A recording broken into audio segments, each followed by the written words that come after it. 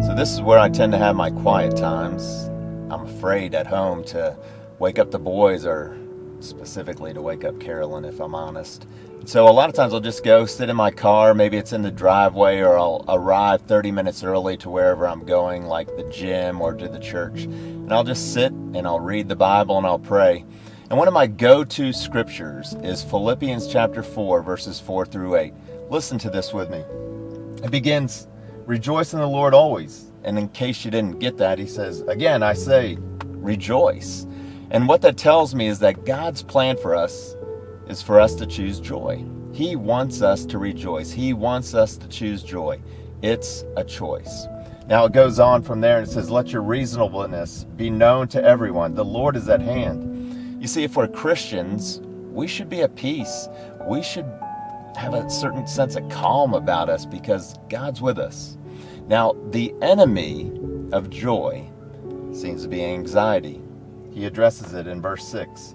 "Do not be anxious about anything." See, anxiety tends to come upon us when we start to take our eyes off of God and we place them on the things of this world. But here's the great news. The antidote to anxiety, it's thankfulness.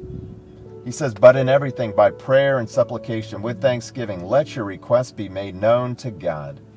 And so when we begin to focus on what we're thankful for, when we begin to tell God, "Thank you for all that you've done for me," the anxiety begins to dissipate. And then he gives us an incredible gift.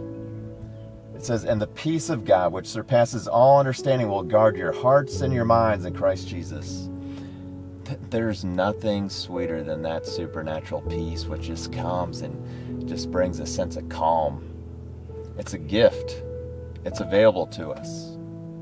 Now, how do you maintain that peace? Well, listen to what it says next.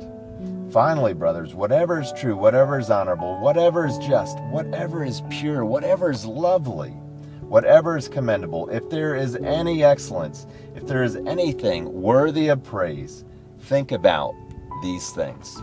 You see, the battle begins in the mind. And so if we'll continue to focus on all the things that are good and pure and holy, we'll be able to maintain that peace. May the peace of the Lord always be with you.